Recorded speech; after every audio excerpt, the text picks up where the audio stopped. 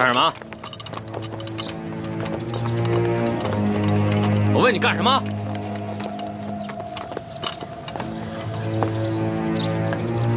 杨婆子，我还正纳闷呢，就凭你不敢抗命啊？原来是有这么一门富贵亲戚。裘老板，你可别牵连无辜。老妇哪儿来的这等富贵亲戚？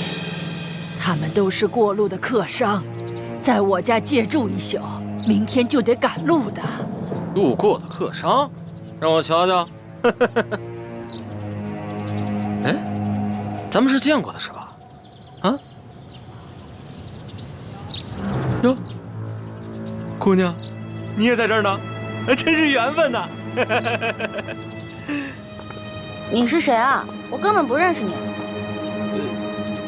你还好意思说呢？那是在客栈喝醉了闹事，他就是被我教训的那个。哎呀，羞死人了！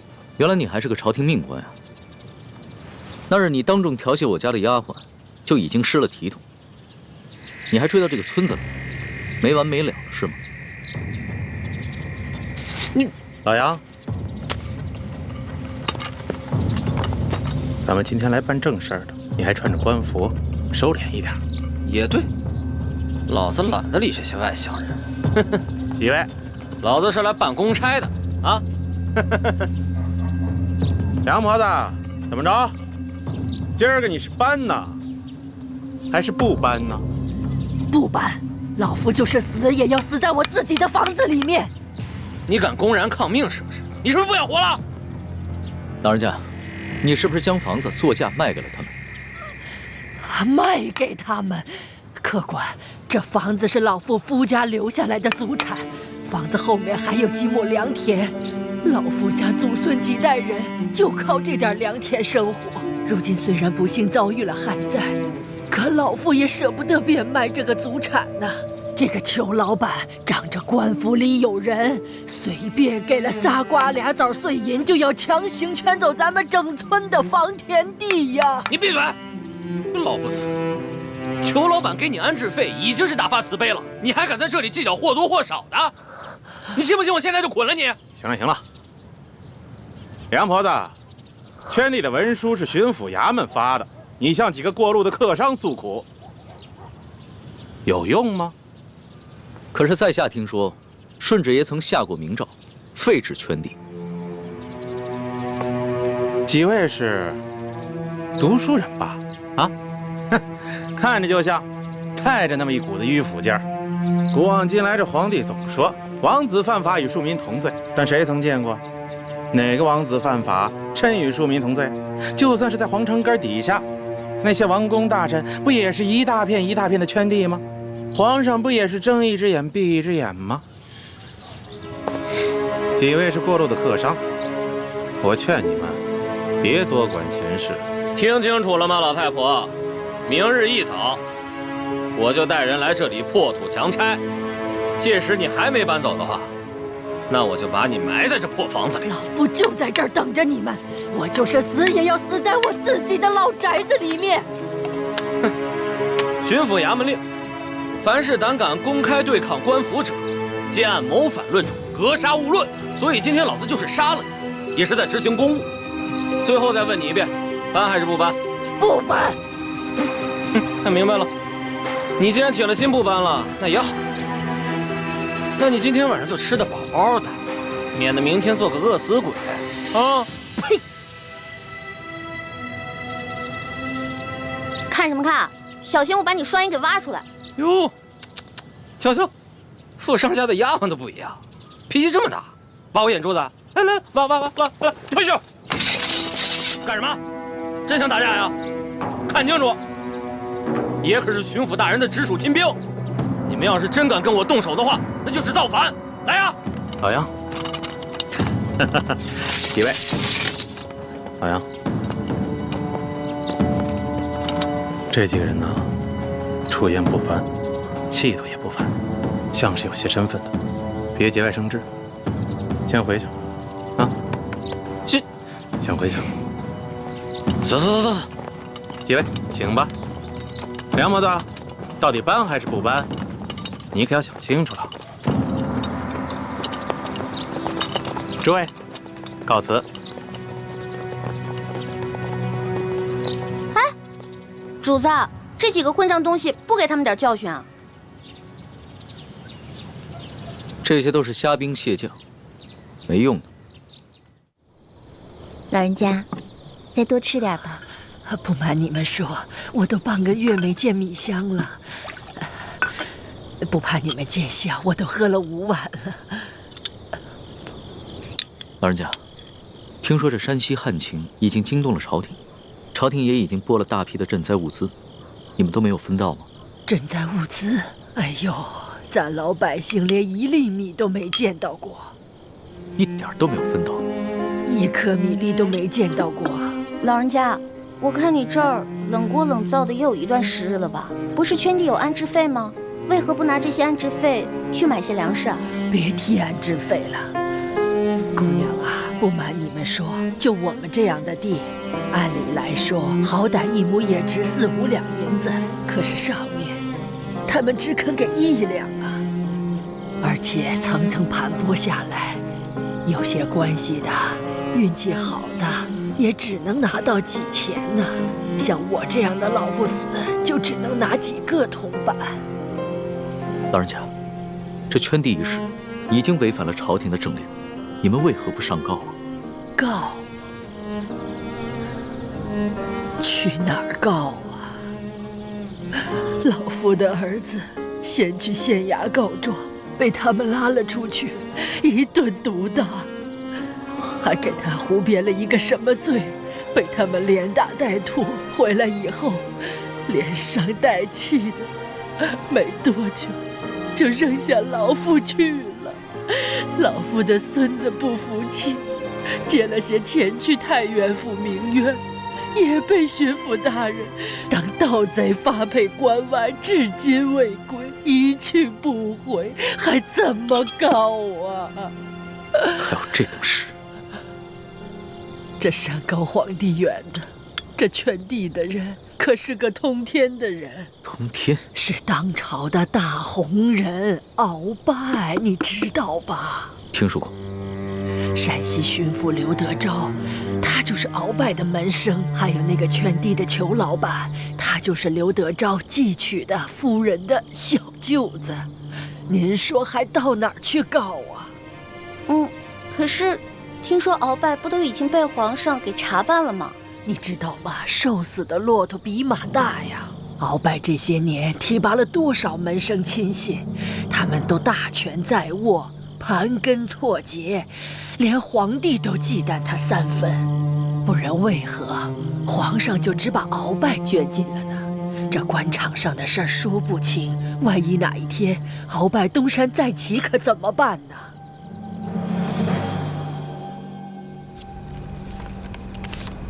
好了，主子，今天的见闻全都记下了。你小心收好，等我回京了之后，就一桩一件的查，一个一个的办。主子，消消气，今天晚饭都没有吃，保重龙体要紧啊。走吧。是。这所见所闻，我还怎么吃得下？顺着朝就已经下的禁令，到现在还有令不止，让许多百姓流离失所，无家可归。最重要的是，他们还敢鲸吞朝廷的赈灾粮款。你爹爹的密奏，所言非虚啊。主子，那咱们可得小心了。听说这山西官场，鳌拜残存的势力不可小觑，他们掌握的地方官兵足有上万。万一他们知道了主子在微服私访，起了歹心可了不得。小不忍则乱大谋，只能暂且忍着了。可是，他们明早就要来强拆了，这些百姓们该怎么办？那个叫杨八狗的，还有刘德昭新老婆的那个小舅子裘贵吧，他们一个个都是心狠手辣的角色。如果咱们一走，那几户宁死不搬的村民不得被他们活活给弄死啊？不会吧？这村子里还有几户人家，10几口人，我不相信他们敢全都杀了。主子还别不信，我在山东行医的时候也遇到过类似的事情，也是有几户村民不肯搬迁，那圈地的是鳌拜府上管家的表弟，直接派人在半夜里放了火，却推说是他们自己不慎烧了房子。那几户家人当中，有几个性子烈的，想要上京告御状，却在半路上被一伙身份不明的歹人给杀了，案件至今未破。啊，老奴老家也发生过这样的事情。那部班的一家5口被灭门，却推说是得了瘟疫，其余人也都是敢怒不敢言。那怎么办呀？咱们可得救救他们呀，不然咱们走了，这些老百姓不得被那些豺狼给吃了？可现在书见伤势危急，我必须尽快赶过去看一看，听他详细汇报山西官场的情况。只有掌握了足够的证据，才能把这些豺狼一网打尽。那我们就眼睁睁看着这些豺狼把人给吃了吗？哎，石树姑娘，现在主子的安危是最重要的。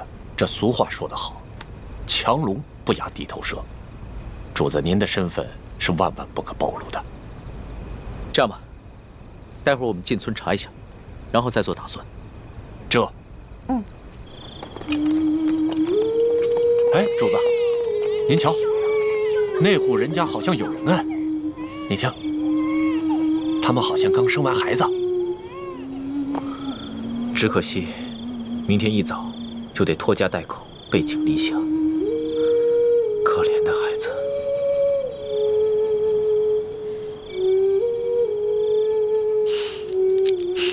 搜童，奴才在。把这个珠子送给他们的孩子，顺便打听一下他们家的情况。这。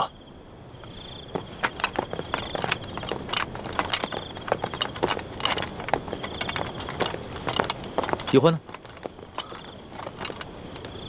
刚刚还在我身后呢。这丫头又乱跑。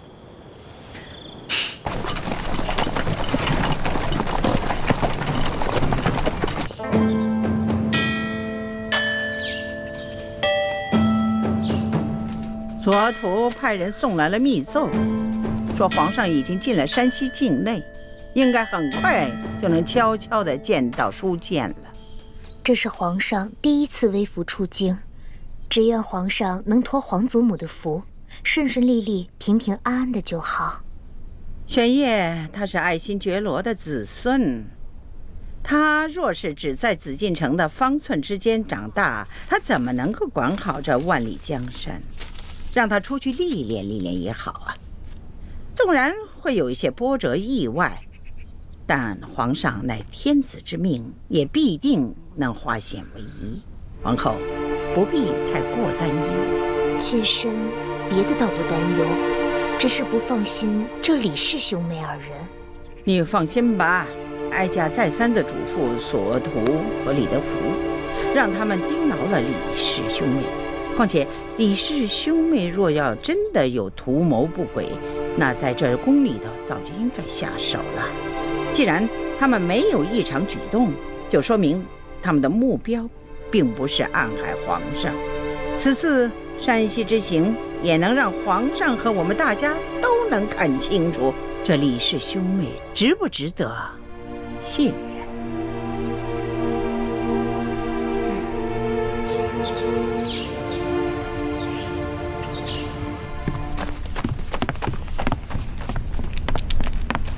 官儿啊，杨八总找着了，找着了。不管他说出什么理由，先拖出去给我打50军棍。此风不可长啊！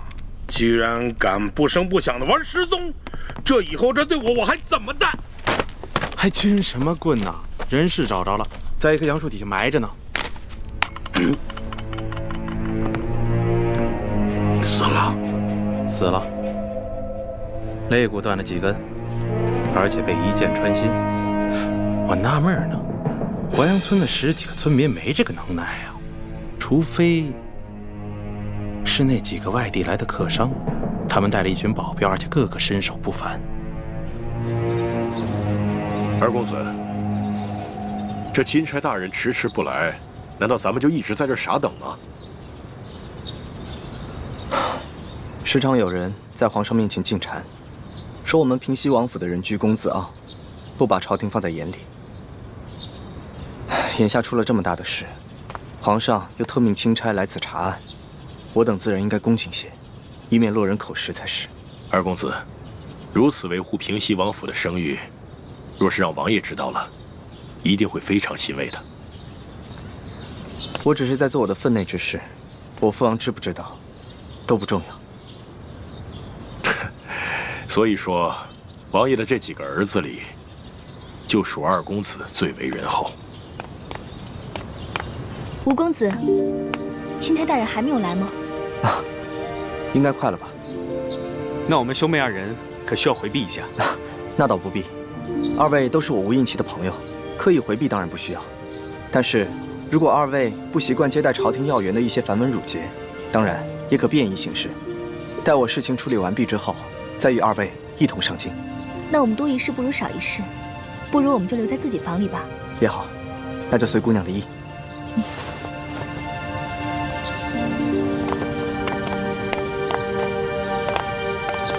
秋贵啊，你的意思是说，杨把总是被这几个客商所杀？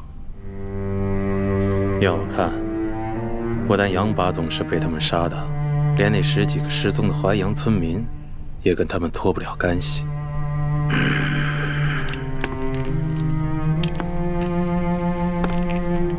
老爷，我看这几个客商身份可疑，行踪诡异，您是不是得派人去查一查？他们究竟从何处入我山西境内，又去往何处，有什么来头？香娥，卑职在。此事就交由你去办。卑职遵命。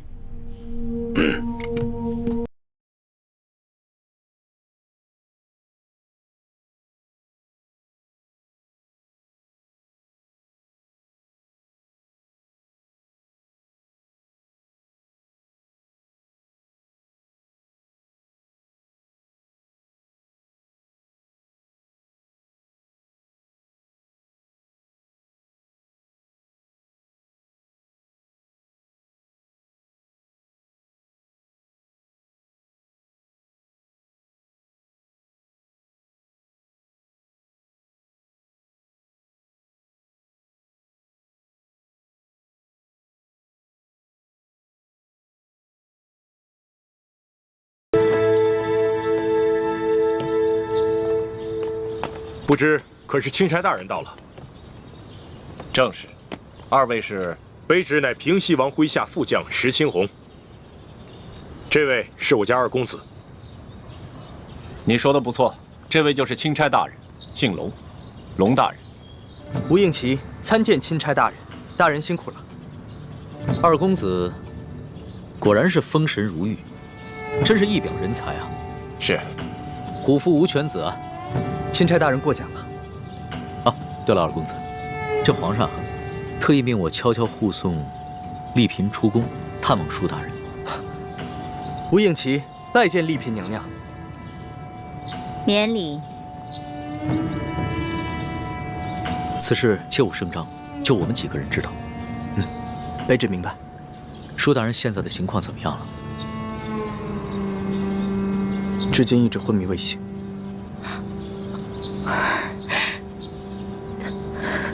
丽嫔娘娘，别伤心了，说不定等会儿舒大人见到娘娘，就会醒过来了。秋贵啊，你说这几个村民怎么会无缘无故的失踪了呢？而且这些剩下的村民皆是一些老弱病残，你说他们都去了哪儿了呢？要说他们杀了杨把总，是因为杨把总调戏了那个客商的婢女，他们失手杀人再埋尸，这说得过去。可是为什么要带走那10几个村民呢？这不合乎情理啊！难不成他们是想将这些村民留作证人，将来去京城告御状不成？有这个可能。淮阳村的梁老婆子一直都是个刺儿头。哎，你想啊，他儿子告状被咱们给弄死了，他孙子接着告，咱们给他发配关外，他能跟咱们善罢甘休吗？而且就这么巧，那几个客商就投宿在他家里，他肯定没少说咱们的坏话。说，还有脸说？消消气。既然知道这个老婆子是个刁妇，为什么早不处理啊？留下如此之祸患。我哪知道啊？他一个老婆子风烛残年了，有上顿没下顿，能活几天呀？谁成想半路杀出个程咬金，跑出这么几个客商来。哼！听密报说，这书建前1个月以前曾向皇上上了一道密折，去报我和整个山西官场的官员。当时皇上忙于敖中堂的事情，所以将此密折留中未发。现在敖中堂已经被皇上给捐尽了，看来这皇上可以腾出手来，有时间整顿吏治了。难不成那几个神秘的客商是来自京城的密使？什么？什么意思啊？什么意思啊？来干什么来了啊？你慌什么？我告诉你，现在整个山西的官场那就是铁板一块，只要书建一死，任谁都查不出什么。你说的轻巧，书建什么时候死啊？他什么时候死？就最后这么一口气，他什么时候咽？他绝活不过今晚。哦。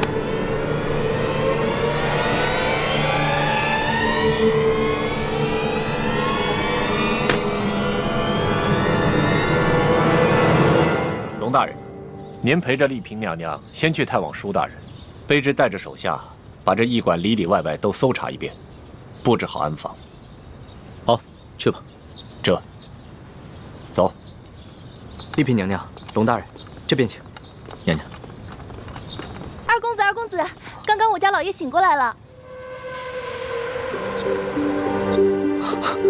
当真是皇恩浩荡啊！这丽嫔娘娘和钦差大人一过来，舒大人就醒了。看来真是被本钦差给说对了，舒大人一定是知道丽嫔娘娘要来探望他，激起了他的求生欲望，所以他就醒了。多谢大人吉言，这都是托了皇上的福。二公子，那就请带路吧。是。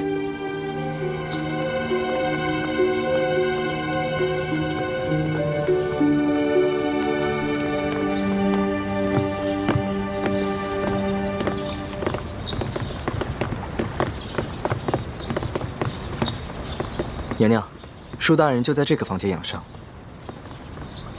哦，对了，皇上有一封密诏要我单独交给舒大人，有劳二公子先行回避一下。啊，好，那我等告退了。嗯。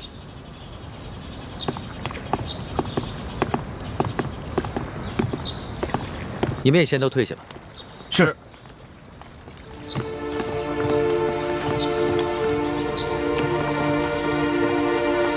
一欢，你们3个就先在门口候着吧。好，这婉欣，等会儿见到你爹，一定要控制住自己的情绪，千万不能太过激动或者悲伤，要不然的话，很可能会刺激到你爹。这样的话，他的伤势很可能会更加严重。是，臣妾遵旨。进去吧。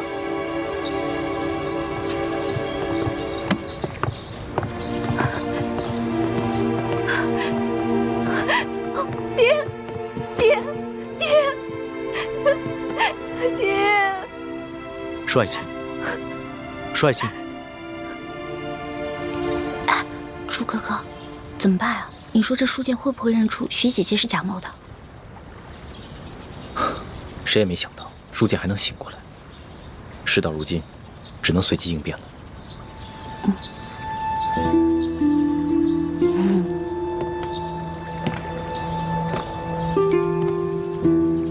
你们两个在悄悄商量什么？什么都没说。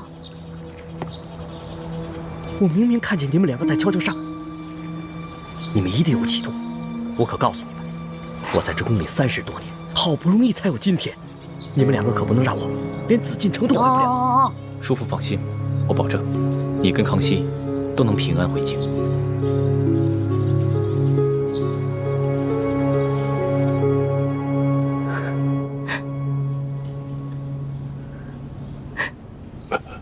皇上，先别急着起来，安心躺着。舒爱卿，不仅朕来看你了，你看看，还有谁一起来了？爹，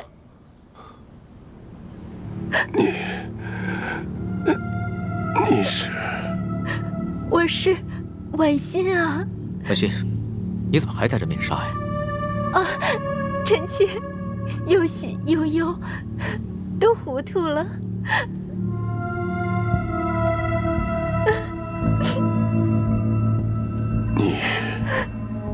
你是婉心？真的是婉心吗？你怎么来了？帅卿，朕知道你只有这么一个女儿，所以啊，朕特意带她来一同探望你。临出宫前啊，朕已经封婉心为丽嫔了，入主永和宫。谢主隆恩。婉心啊，你既然封了嫔，你就是爹的主子了。从今天开始，不要再来看爹了，要好好的伺候皇上。婉心啊，你忘了刚刚朕怎么跟你说的？别老顾着哭啊！皇上，臣妾忍不住，臣妾忍不住。行了，那你先去一边，稳定稳定心思。朕先和你爹说几句话。是。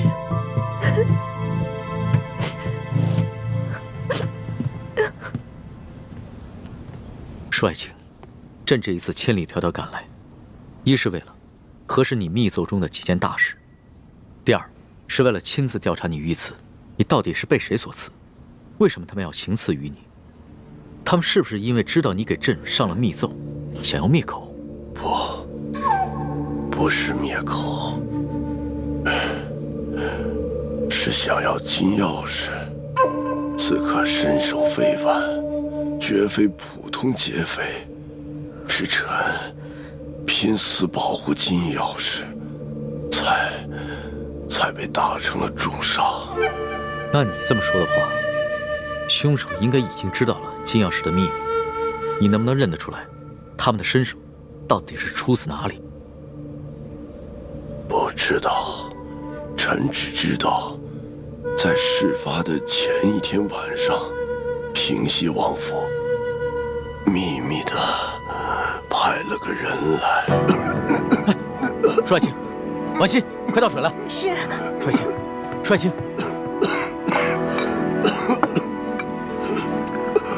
帅卿，你先缓过这口气再说。爹，来，喝口水来，小心。再来一口。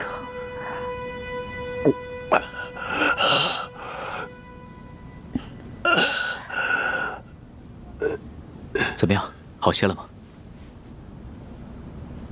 你刚刚说的平西王，平西王派谁来？派他来做什么？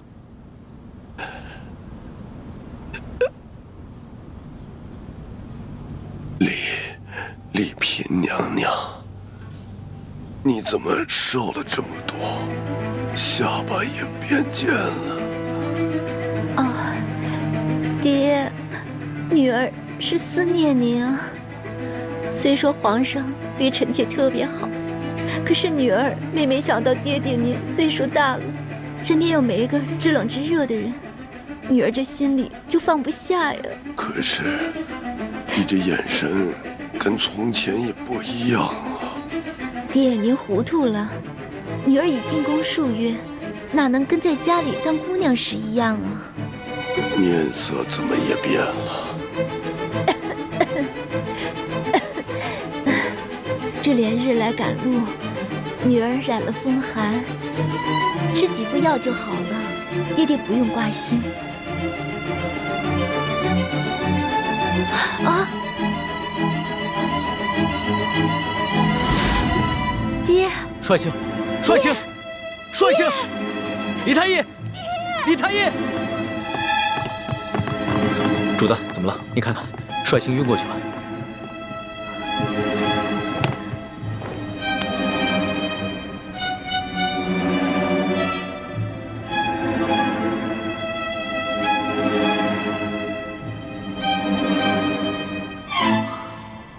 主子，舒大人的脉象很不好，只怕随时都可能。啊！那可还有救？真尽量一试。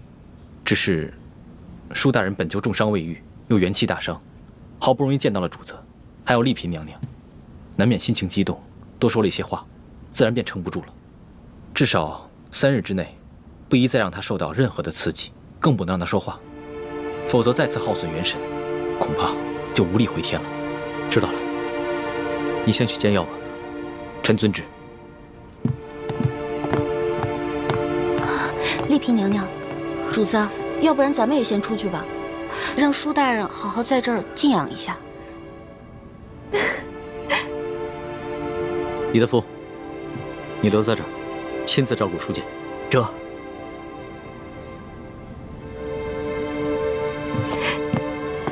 走吧。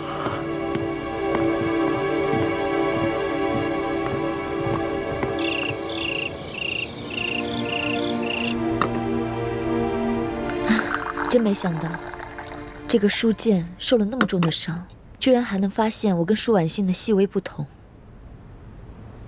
多亏我在他的水里下了迷魂药，把舒剑迷晕了。婉欣，快到温水了。是。帅气，帅气。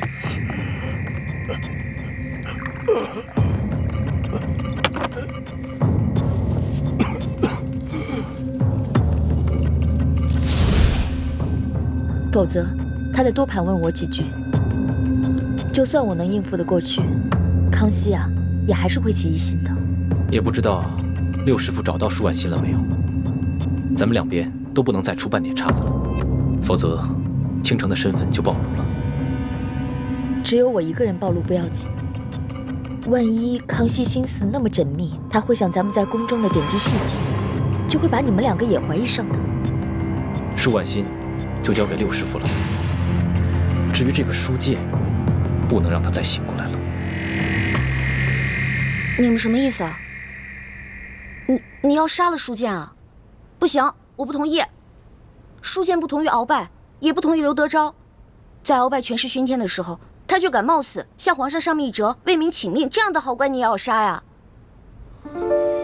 我不懂什么国家大事，我也不明白为什么师傅们一直说要光复大明，但我只知道，在这个世上，你们跟师傅是我最亲的人。既然你们说我们是大明的子民，那我就有责任跟你们一起光复大明。可如果光复大明就要滥杀无辜的话，这我坚决不同意。欢妹，你别说了，我不听。如果你要真的杀了舒剑的话，我再也不理你了。大师兄，就算易欢不反对，我也觉得这件事要在驿馆这么多人的眼皮子底下杀了舒剑，这风险也太大了，稍有不慎就会被康熙发现破绽，那我们不就前功尽弃了吗？那这样吧，我试着给舒剑的药中加入少量扰乱心神之药，让他暂时丧失神智。等将来风平浪静了，我再帮他恢复神智。到那个时候，我们也不必将舒婉欣软禁在明珠谷了，他们父女也能够团聚了。这个我同意。你看，其实只要我们稍微用点心思，多为其他人考虑考虑，不就有两全其美的办法了吗？只是要让舒剑像鳌拜一样丧失神智，又不让人察觉，这难度比杀了他更大。但是为了不让你失望，我愿意冒险一试。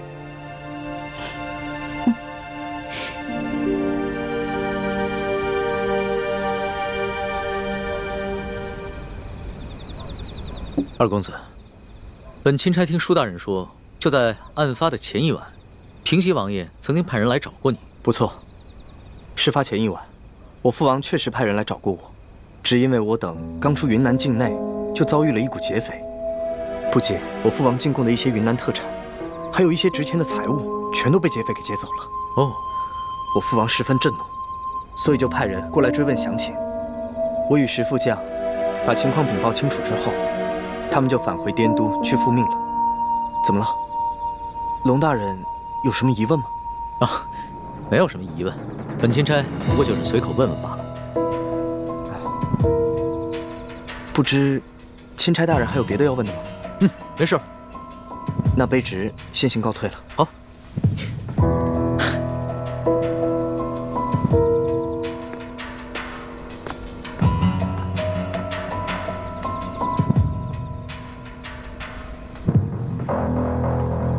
这吴应奇遇到书建之前，确实遭遇过劫匪，他们也向朝廷禀报过，所以我才会派书建护送他们进京。只是这平西王派人来，难道真的只是为了一些无关紧要的财宝吗？你怎么看？主子，您是不是怀疑这刺杀舒总兵的刺客和平西王有关？可是，如果这平西王早就知道这金钥匙的秘密，那何必先派自己的儿子把金钥匙送往京城，然后再派人半路去抢劫呢？那你觉得谁的嫌疑最大？奴才以为，这刘德昭可是鳌拜一手提拔的，鳌拜老奸巨猾，他会不会假意向皇上禀告这金钥匙的秘密，然后暗地里又派人悄悄地来劫呢？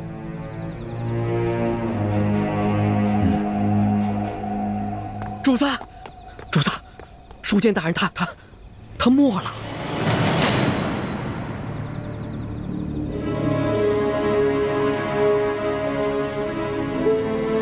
奴才一直听从主子的吩咐，守在书监大人的房门外，就连一只苍蝇也不让飞进去。可是刚半夜的时候，奴才就腹内疼痛，我等不及换班的人来，就去了趟茅厕，前后才一盏茶的功夫。等我回来，舒大人他就……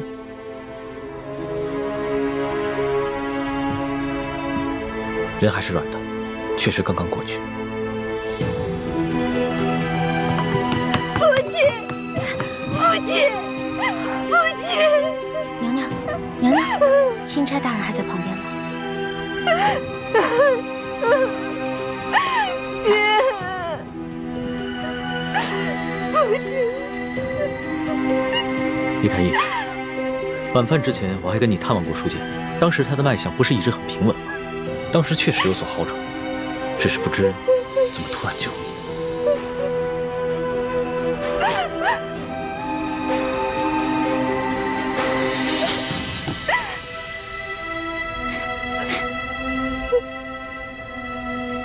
怎么了？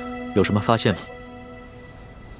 舒大人身上有一股辽山参的味道，但是卑职所开的药方中并无此物。辽山参，此药有毒吗？此药无毒，但舒总兵重伤之下命在旦夕，此时用大补之药，反倒成了他的催命符。所以你的意思，舒大人是被毒死的，是吗？可以这么说。舒大人冒死为民请命，如果还有人毒害他，那这个人就是是非不分、丧心病狂了。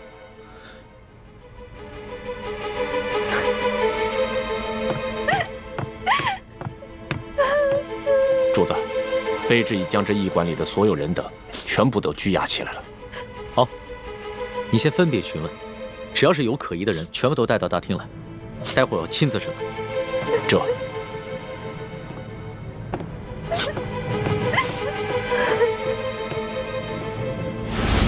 朱哥哥，你实在让我太失望了。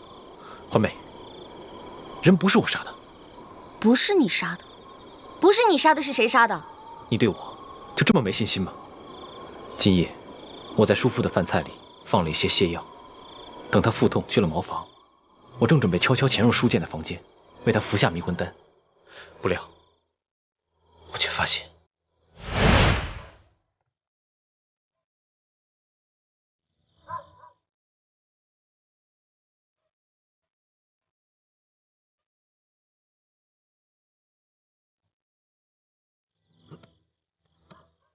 哦，肚子怎么这么疼啊？哎呦，咱家换班的人怎么还不来呀？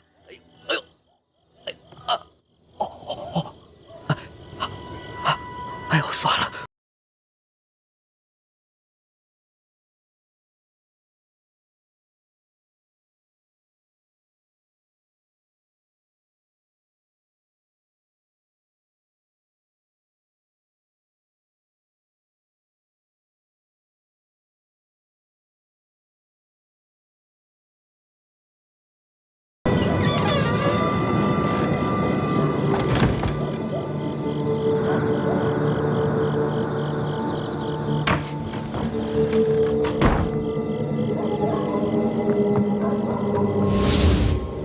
你是说有人抢在你之前杀了书剑？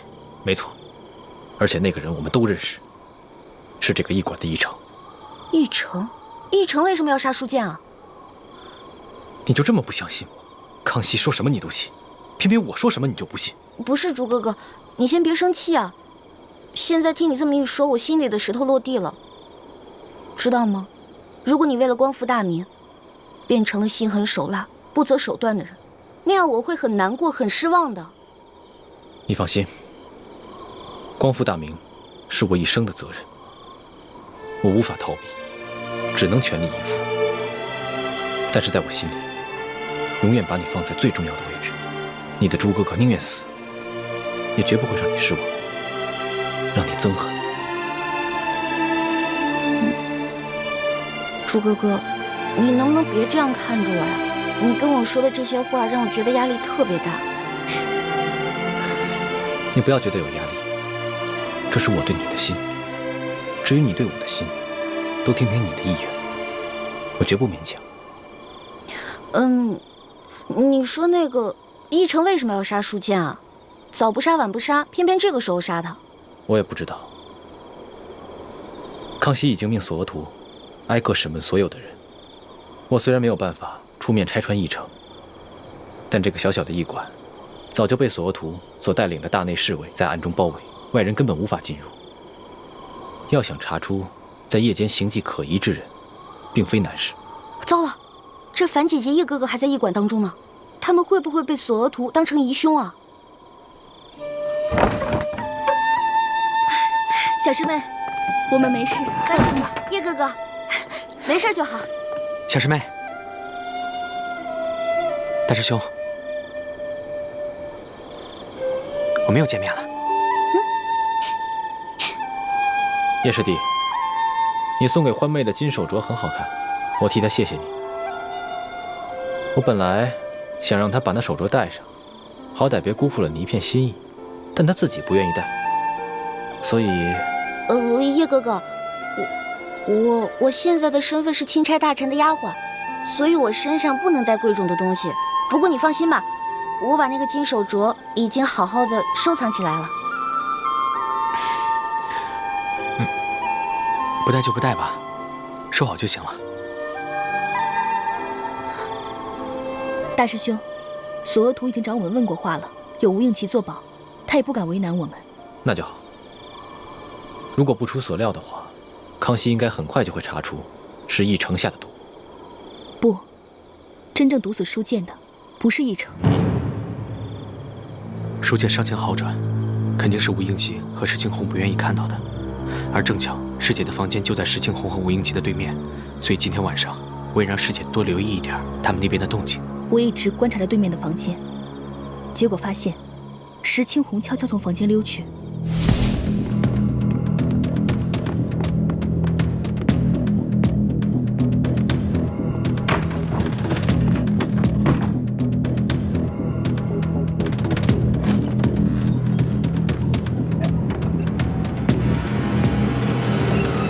那个黑衣人就是石青红。难道今晚潜入书剑房间的，除了我跟驿丞，还有石青红？没错。大师兄，我们何不借此机会，挑起康熙跟吴三桂之间的矛盾呢？这是一个好机会。叶师弟，你一向心思缜密，思虑周全，如果你能把所有的心思都用在光复大明的大业上，我相信你爹和师傅们一定会很开心的。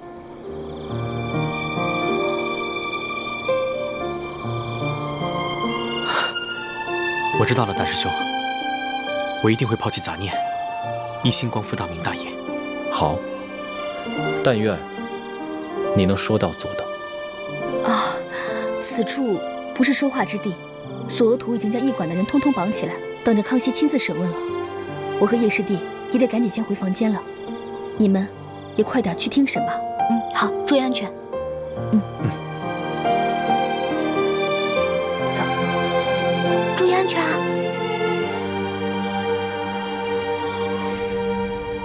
钦差大人明察，小的只是路过舒大人房间，看见门口无人守卫，放心不下，这才进去看了一眼。怎么会是小的下药杀了舒大人呢？你还敢狡辩？本官已经问得清清楚楚，李太医开的药方中根本就没有辽山参。药铺的伙计也已经证实，今天下午你确实去买过这种药。驿馆的人也看到你夜晚之时悄悄进过厨房。大人饶命！大人，小的是看着舒大人近日身子虚弱，想帮他进补，小的也不知道这补药居然还会杀人呢。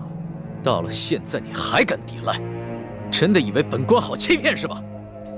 你一个小小的驿丞，怎么会有胆子谋杀朝廷命官？肯定是有幕后主使。你最好从实给我招来，说不定我还能留你一命。回禀大人，小的冤枉。小的在药里面确实放了辽山参，但舒大人却非死于小人之手。今晚，小的端着药碗去给舒大人送药。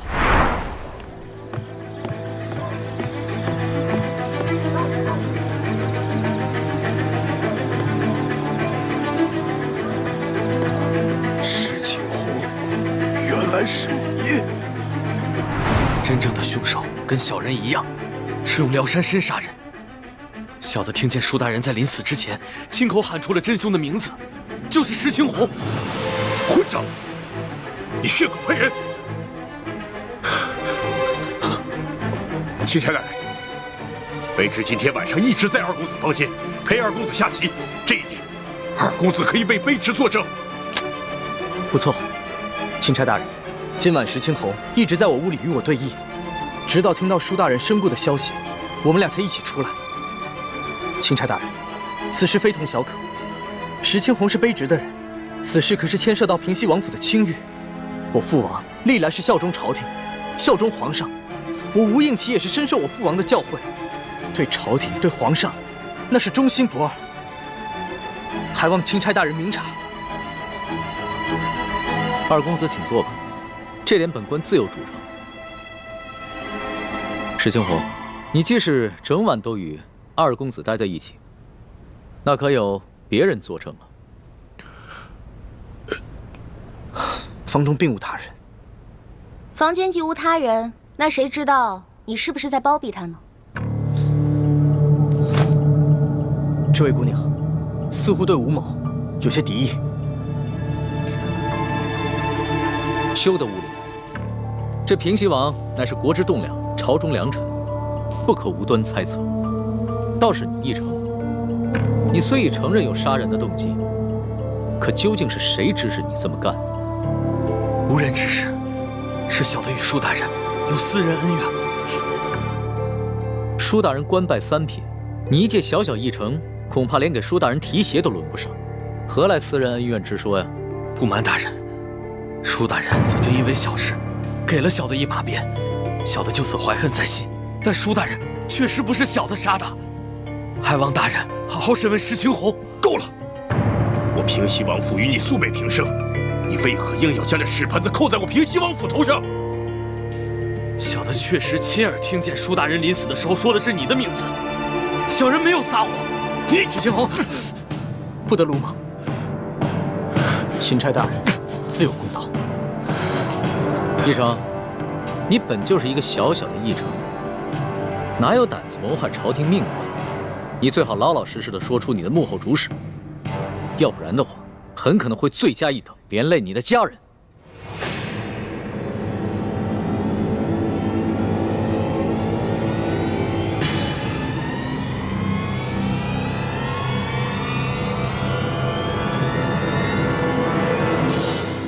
大人，小的是受人所指，可小的不能告诉你，否则小的家人就都没命了。小的有罪，可他们是无辜的。大人，就让小的以死谢罪吧。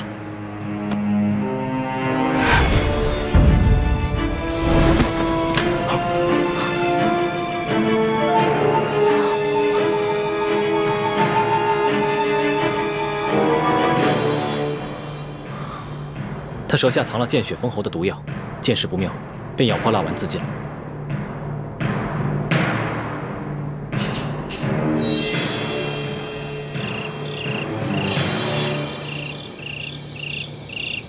今天晚上我看见的人是奕成，但是抢在奕成前面的是石青红。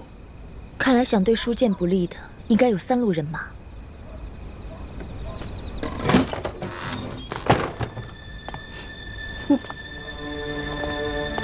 主子，李太医也在啊。丽嫔娘娘悲伤过度，我来给娘娘诊脉，开一些疏散之药。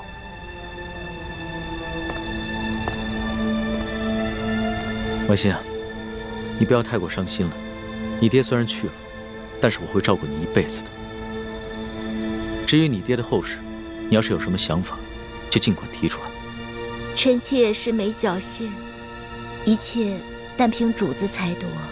行，那我决定明日一早就护送你爹的灵柩回太原府。虽然这宫里规定，这后宫的嫔妃不能因为娘家的丧事披麻戴孝，但是这是宫外，朕特许你穿素衣，以尽孝道。等回了宫以后，朕再追封你爹为从一品，以为你爹的在天之灵。谢主子隆恩。哎，龙小弟，你可得为娘娘的爹报仇才是。这个奕成说的石青红，可是吴应琪身边的贴身侍卫。小声点，小心隔墙有耳。哦，我也怀疑这个人是吴三桂，只是此人极其奸诈狡猾，很有可能在鳌拜身边埋伏了奸细。说不定他送出金钥匙以后，才知道金钥匙的底细，再派人追回也是极有可能的。只不过吴三桂兵强马壮，雄霸一方，我暂时不想打草惊蛇。哦，怪不得主子要替他敷衍过去呢。这鳌拜的余党和吴三桂，都是我的心头大患。可是这重症不可用奇药啊。主子，这舒总兵之死，还有山西的贪腐窝案，可不是一时半会儿能够查清楚的。这为了安全起见，不如主子您早些回京吧，然后由奴才陪着丽嫔娘娘一起护送舒总兵的灵柩返乡，可好啊？索大人所言极是，主子还是早点回京吧。行了，我知道你们担心我的安危，但是这次出宫以来，所见到的事情简直闻所未闻。纸上得来终觉前，我还是想在这山西多待几天，多体察一下民情。可是主子，现在这情况实在是太复杂了，这万一出现什么意外，奴才怕是担当不起啊。身为天子，最大的威胁不是一些宵小之徒的暗杀，而是没有能力治理好这个国家，让百姓天天盼着你死。我不可能一辈子都待在深宫里面，仅凭折子来治理天下。虽然在这儿体察民情会冒一些风险，但是既是值得，也是应当。龙小弟，说得好，我支持你。以后无论你做出什么决定，我这个老大都会拼命保护你的。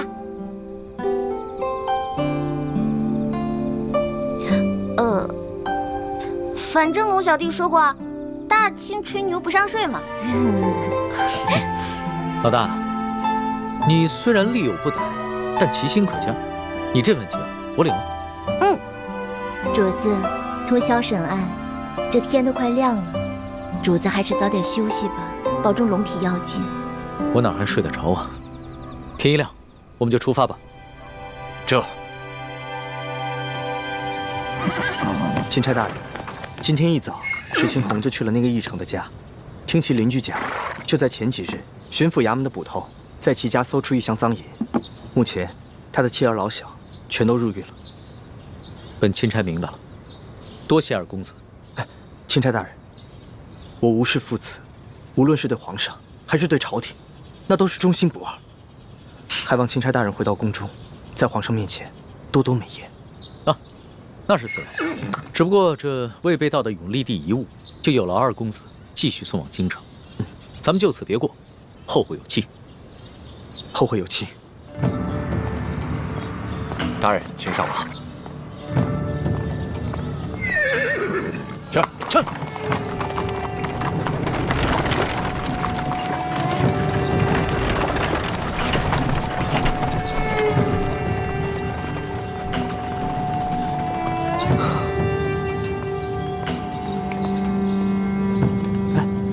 倩影姑娘，不如趁着清晨天气稍凉，我们上路吧。好。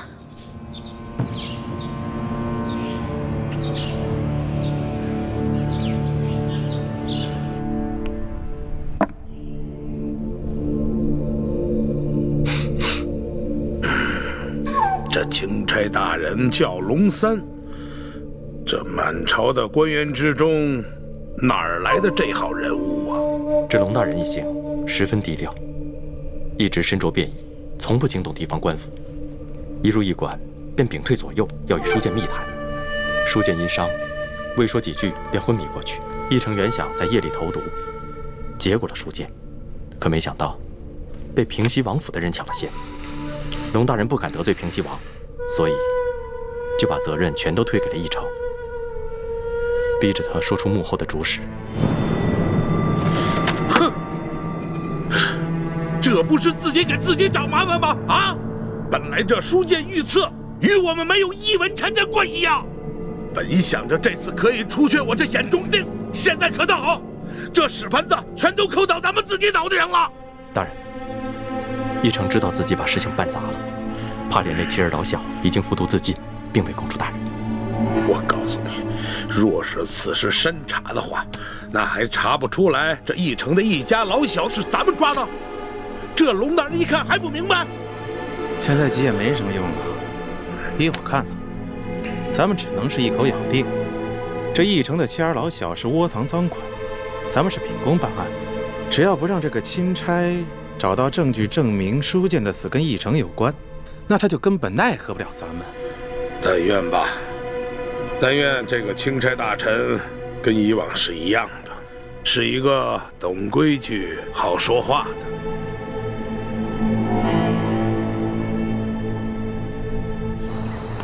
这吴应奇的反应还挺快，他连夜派石青红去这个驿丞家里查探。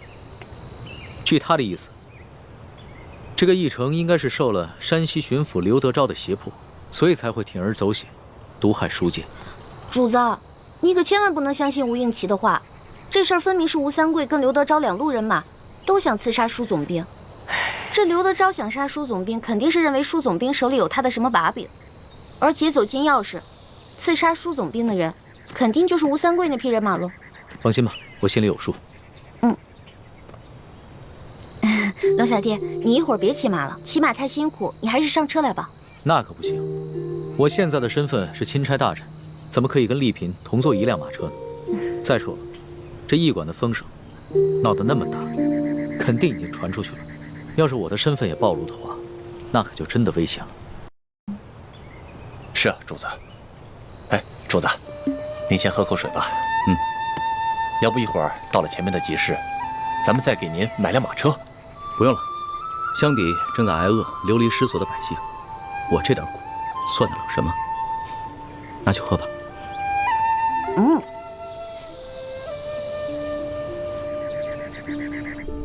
大人，卑职还探听到一个重要情况，与龙大人同行的还有一个年轻神秘的女子，一直戴着面纱，深居简出，闲杂人等一律不能靠近，就连钦差大人都对她礼遇有加。哦，连钦差大人都对他礼遇有加。这么说的话，这个女人的身份比钦差还尊贵了。是了，这个女人就是舒剑的独生女儿舒婉心。舒婉心？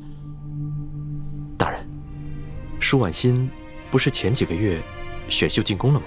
我听说这个舒婉心刚一进宫，就得到了皇上的圣宠，先是被封为了丽人，很快又被加封了丽嫔，现在她入主永和宫啊。所以说呀，这个龙大人对她礼敬有加，那也是说得通的。可依大清律令，后宫嫔妃若非伴驾，不得离京，违令者死罪。大清的律例是死的，但这个人是活的。这个皇上对这个舒剑是宠爱有加，皇上见他危在旦夕，让龙大人悄悄地护送这个丽嫔出京看他的父亲，也不是没有这个可能的。大人，舒剑的灵柩已被钦差大人他们护送回太原安葬，届时卑职以吊唁为名，亲自到舒府去查探，探清这个女子的身份究竟是不是舒婉心。这个舒婉心我虽然是没见过，但听别人提起过。听说这丫头外柔内刚，极有主见。她既然知道我们跟她爹是死对头，那现在舒剑死了，她会跟咱们善罢甘休吗？她必定会逼着龙大人彻查舒剑之死。咱们再使银子，只怕就不灵了。那咱们就一不做二不休。这个丽嫔娘娘看见自己的父亲惨死，由于哀伤过度，香消玉殒，也不是不可以的嘛。大人，这丽嫔娘娘不过一介弱女子，就算她再恨大人，这后宫不能干政，她也不能把大人怎么样。大人何必要冒这个风险呢？我的孟护卫啊，你乃是一个江湖中人，所以说呢，这后宫之中权势的奥妙不是很明白。我告诉你，后宫之中女人最大的机遇，那就是母凭子贵。你说现在皇上这么宠幸着丽嫔娘娘，她早晚会为皇上生下一个皇子的。到那个时候，那丽嫔娘娘能放过我们吗？能不报复我们吗？所以啊，我们现在要尽早的除掉他。说得对，先锋。斩草必须除根。趁着舒剑死了，舒府上下现在人心惶惶，我可以趁机收买他几个下人，将来无论咱们想干什么，那都有个准备，不是？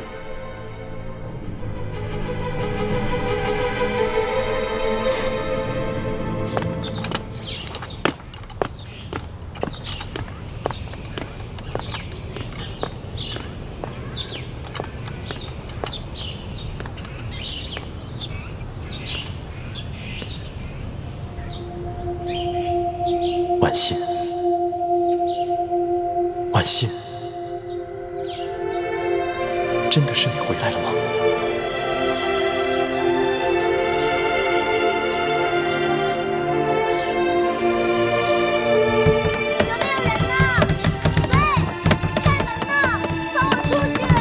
有没有人呢？喂，有没有人呢？切，放我出去！还想出去？放我出去！喂，有没有人呢？放我出去！放我出去！快别哭喊了。咱们这庄园啊，地处郊外，整个庄园有上百亩地，都是咱们老爷的。你就算喊破喉咙也是无用。喂，你们老爷是谁啊？为何这样强抢民女？我们老爷姓裘，叫裘贵。裘贵？怎么听着这么耳熟啊？我们老爷乃是这山西商会的会长，是太原府的第一大粮商。去年，老爷的姐姐嫁给了巡抚大人，深受巡抚大人的宠爱。你说，你还能上哪儿喊冤去？哦，原来这个裘贵就是刘德昭的人。刘德昭是我爹爹的死对头，还好我刚才晕过去了，不曾说出自己的身份，不然不仅会连累我爹，而且还会被重新送进宫去，那样我就再也见不到我的孟哥哥了。姑娘，不瞒你说啊，我们也都是被裘老爷连哄带骗，甚至变相强抢来的。这刚一来啊，也是这样又哭又闹的，可是时间久了，慢慢的也就接受现实了。唉，你说现在这荒年，能活下来就不错了，哪里还敢奢求更多啊？姑娘，不如你就老老实实的在这府里住下来，老爷自会好吃好喝的养着你，岂不是比你在外面颠沛流离、忍饥挨饿的好？多谢姐姐开导，只是不知道这裘老板把我掳来要做什么呀？是要让我为奴为婢吗？姑娘生得如此美貌，老爷怎么舍得让你为奴为婢呀？不过这老爷的姐姐怀了身孕，这多半啊是要把你献给巡抚大人。献给巡抚大人？可是，那裘老板就不怕我跟他的姐姐争宠啊？不瞒姑娘，如今夫人有了身孕，不能侍奉巡抚大人，老爷把自己的人献给大人以填补空位，总比大人自己另纳新欢的好吧？姑娘，你就别哭闹了，只要你乖巧听话，肯配合，老爷一定会好好对你的。你这不就终身有靠了？刘德昭没见过我的面，不会认出我是他死对头舒剑的女儿。等我进了刘府，然后一摊琵琶，孟哥哥一定会来救我的。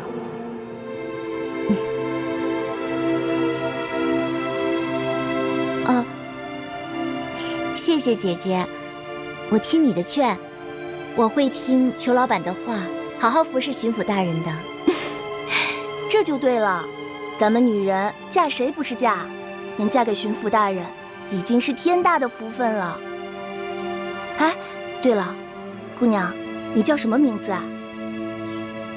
我姓万，叫万苏。万苏，好，那姑娘你先坐下，我们吃点东西吧。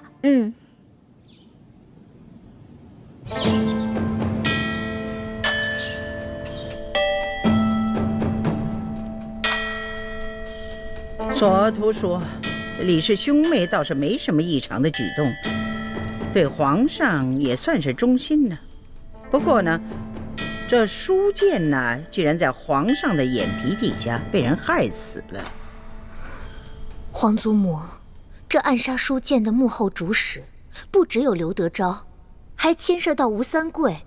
那皇上此行岂不是危险了？您还是劝劝皇上，让他赶紧回京，不要再去太原了吧。来不及了，皇上此刻恐怕是已经到了太原府了。